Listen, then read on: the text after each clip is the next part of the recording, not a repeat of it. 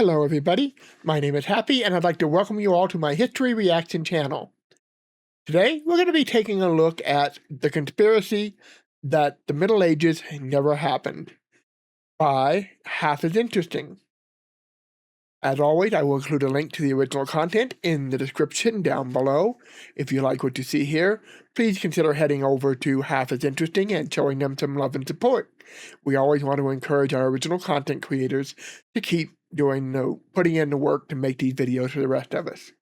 So with that said, I've been in the mood for some conspiracy theories this week, and I was looking through some possibilities, and this one kind of jumped out at me because just last week we did the discussion of the Netherlands and how 17% of it is fake by the map men, Jay and Mark, and I used that video to discuss anachronistic thinking in terms of land forms change over time, sometimes over long periods of time, which probably won't have much of a historical impact, but also fairly quickly in time due to earthquakes, floods, volcanoes, or, in the case of the Netherlands, human intervention.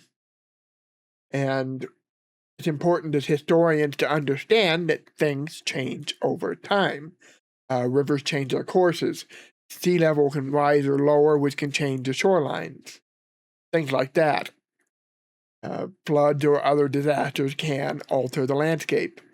And all of that can have an impact, especially if we're looking back at history and trying to figure out and reconstruct what happened.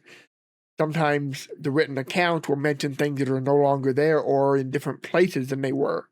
So that's something we have to keep in the back of our mind when we're looking at things like this. And the same thing applies to our measure of time.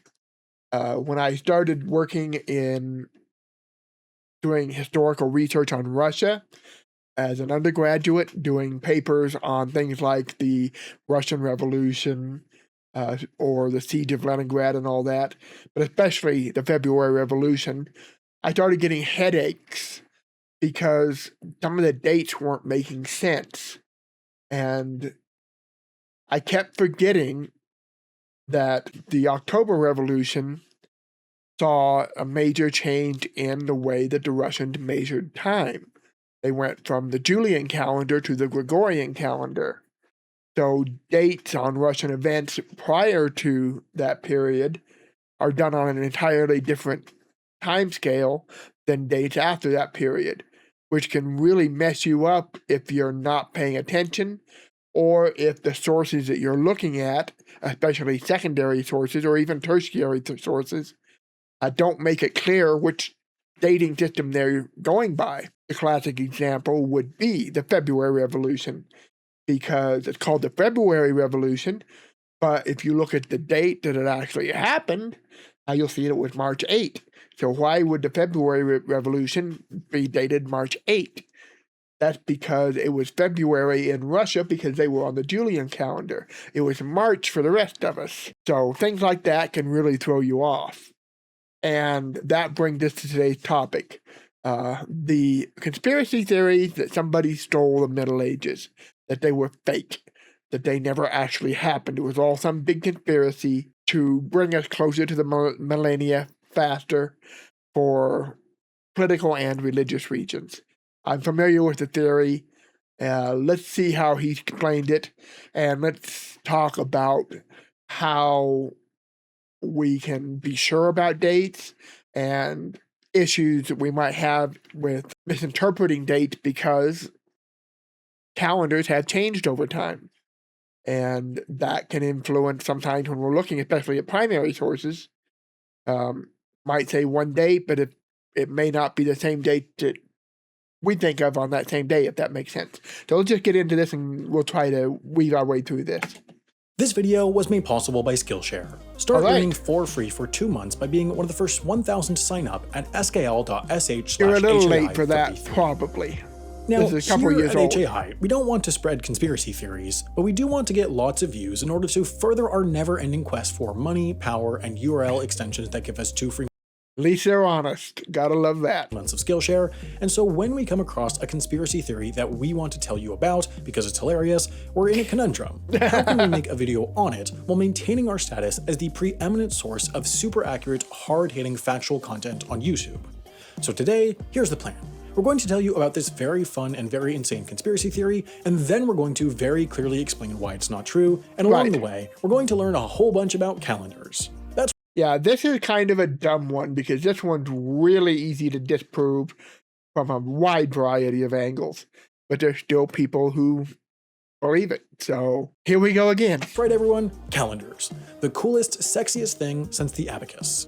Ooh, all right, so the theory, I don't know about that. The abacus is pretty sexy. Known by the super credible sounding name, the phantom time theory, goes like this. All the right. Middle Ages didn't happen. They were made up. That's right. According to this guy, Heribert Telig, whose name sounds like a piece of IKEA furniture, the years 614 to 911 simply did not happen, but were instead invented by the Holy Roman Emperor Otto III, Pope Sylvester II, and possibly the Byzantine Emperor Constantine VII, because, I mean, if you're gonna do a conspiracy theory, go big or go home. Yeah, but why would all three of those team up? Especially Pope Sylvester and the Byzantine. Yeah, totally different religions there, totally different states. Why would they get together to make a conspiracy like that? Already it's suspicious, but let's you might tear it ask, out. Why would two kings and a pope invent 3 centuries of night, pillaging, and cholera? Well, according to Illig, Otto, Constantine, and the Pope were actually alive in the early 700s, but wanted to live in the year 1000 AD because, and this is true, round numbers are cool. Plus, they could create a fake historical record full of their own personal Charlemagne-based fanfiction that would strengthen Otto III's claim to the Holy Roman Empire. I suspect there might have been a religious component to that too, because there were expectations that the millennia would be something special. So yeah, I could kind of see that playing into it, if it actually happened, which it didn't. I could see them wanting to live on the millennia. Evidence, and I'm using the word evidence very lightly, for the phantom time hypothesis lies on 3 pillars. All right. First, there isn't a lot of existing archaeological evidence from the supposed period of time from 614 to 911. Not true. There's plenty, and we'll get into that later. I want to see if he covers it first.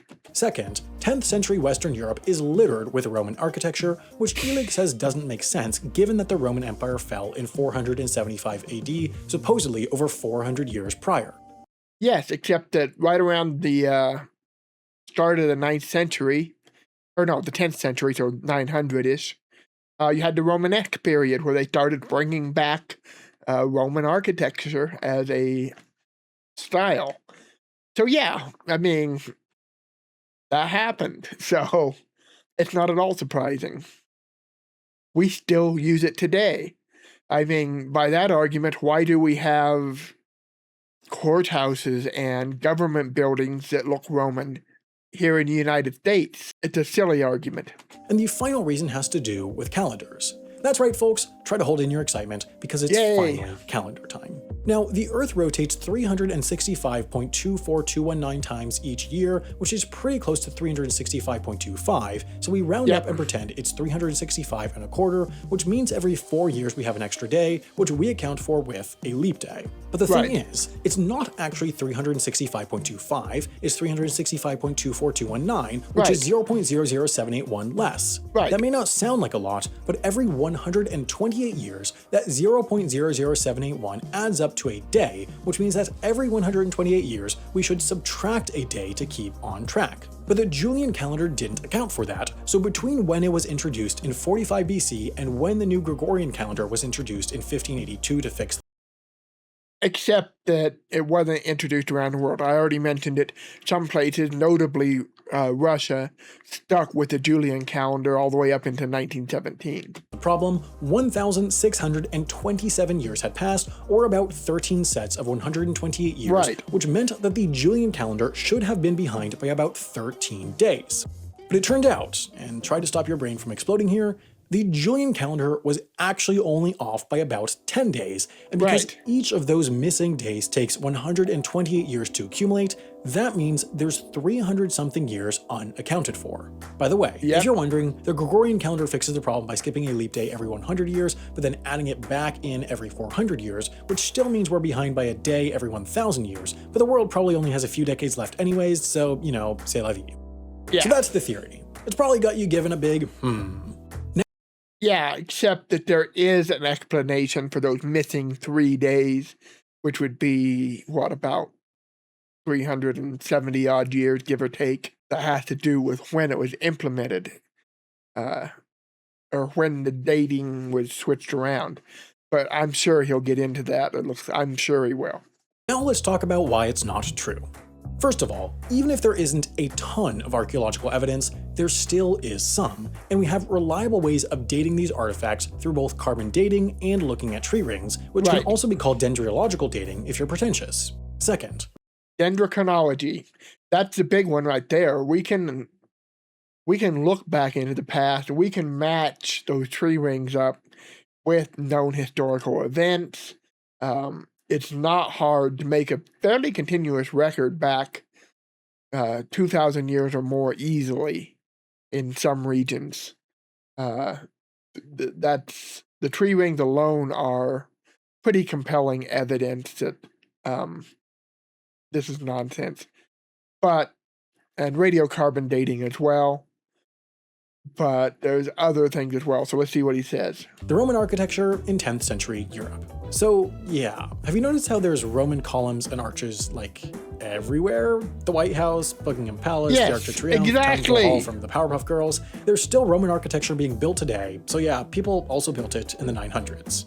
Third, yeah, and like I said, in the 900s there was there was a new architecture style called Romanesque.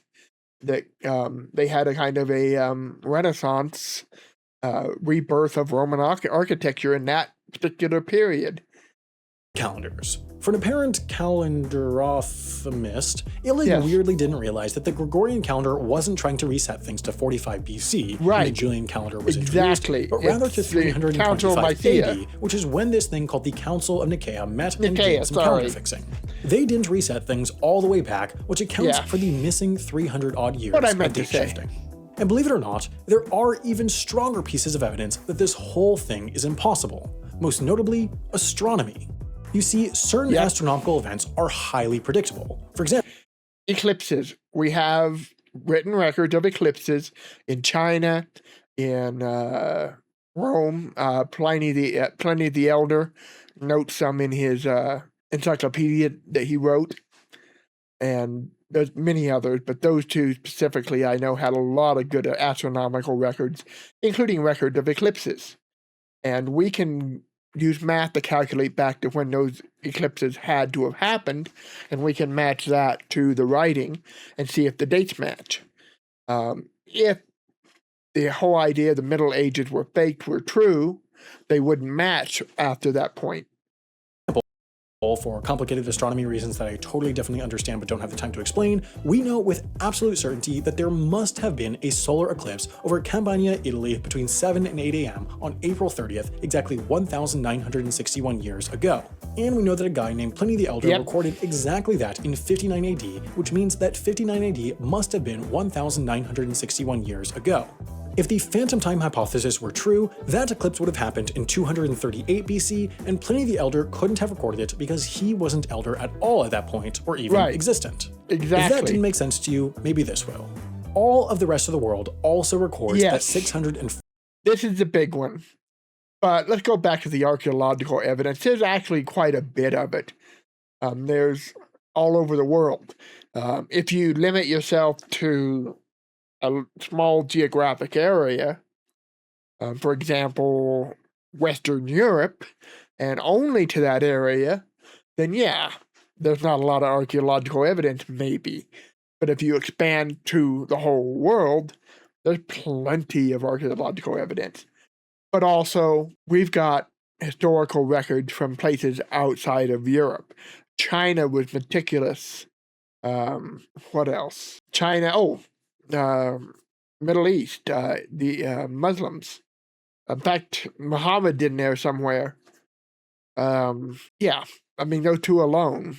if you take into account records being written in other nations and other countries around the world, how do you explain their gap? Did everybody get in on this? 14 to 911 happened. Otto and the Pope would have to convince ancient Arab writers to make up Muhammad, convince the English to fabricate most of the Anglo-Saxon period, Right. and convince the Chinese to invent the entire Tang dynasty, which is a level of coordination that seems unlikely, especially considering I can't even figure out how to do a multi-person Zoom call. If you're on Zoom Yeah. calls a lot because you're stuck at home, you might also, like me, be getting pretty bored. Well, I've got the perfect thing for you. This great class on making cinema-style We're going to skip this since this is an older video. Be right back. video was made possible. All right, it looks like that was the end. So, yeah, the idea that anybody could have faked a leap forward in time of roughly 300 years, it's just preposterous. Everything points towards that not being the case. Tree rings, we've got a consistent record of tree rings that go much further back than that. The astronomical observations don't line up if you assume those years were faked. Archaeological evidence, it's there. Like I said, if you narrow it down to a specific region, maybe not much, but if you look globally, there's plenty of archaeological evidence for that time period. None of that makes sense. And for it to even have a chance of being true, there would have had to have been so much coordination by cultures literally all around the world in order to make it happen. And there's just no way you're going to get every country's rulers on board, and nobody anywhere writing, they messed with our calendar today. Yeah, it's just not going to happen. So that was a fun one. But the reason I wanted to do this again was to talk about keeping in mind that our measures of time have changed multiple times in multiple different places. So when you're doing historical research, you do kind of have to keep that in mind as well, especially, like I said, if you're going to primary sources or secondary sources, any kind of source.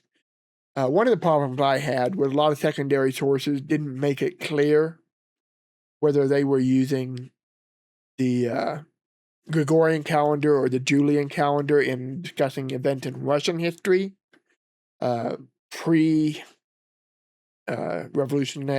Revolution. So I wasn't always clear when they gave me dates. Well, is this date on the Gregorian calendar? Is this a Julian date?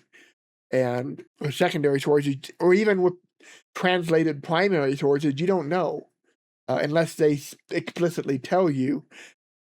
Even if somebody translated, for example, The Tale of Bygone Years, did they convert the dates to the modern Gregorian calendar, or are they still using the Julian system, since that's what Russia would have been using at that time? If you don't know that, then you have to find out, because it's going to mess up all your research, especially if dates are very important. And yeah, that's something we need to keep an eye on too, because that did give me a lot of headaches. It's still giving me a lot of headaches because I'm working on my thesis on the time of troubles, or centered around the time of troubles anyway, the famine from 1601 to 1603. And when I'm looking through a lot of these primary sources, a lot of times they give me dates, but they don't tell me. Most of the ones I'm looking at are translated, and they don't tell me, is this the date as it was written in the document, or is it a literal translation, or have you converted it? And so I often have to try to find other references that do say, so I can be sure, because it sometimes, not often, but sometimes it does make a difference. So something to keep in mind. Anyway, I hope you guys enjoyed that. I hope some of what I was saying made sense. It's a rather short video, but that's okay. They don't all have to be long. But I'll be back here tomorrow with more fun and games, so I hope I'll see you all then. Until then, bye-bye.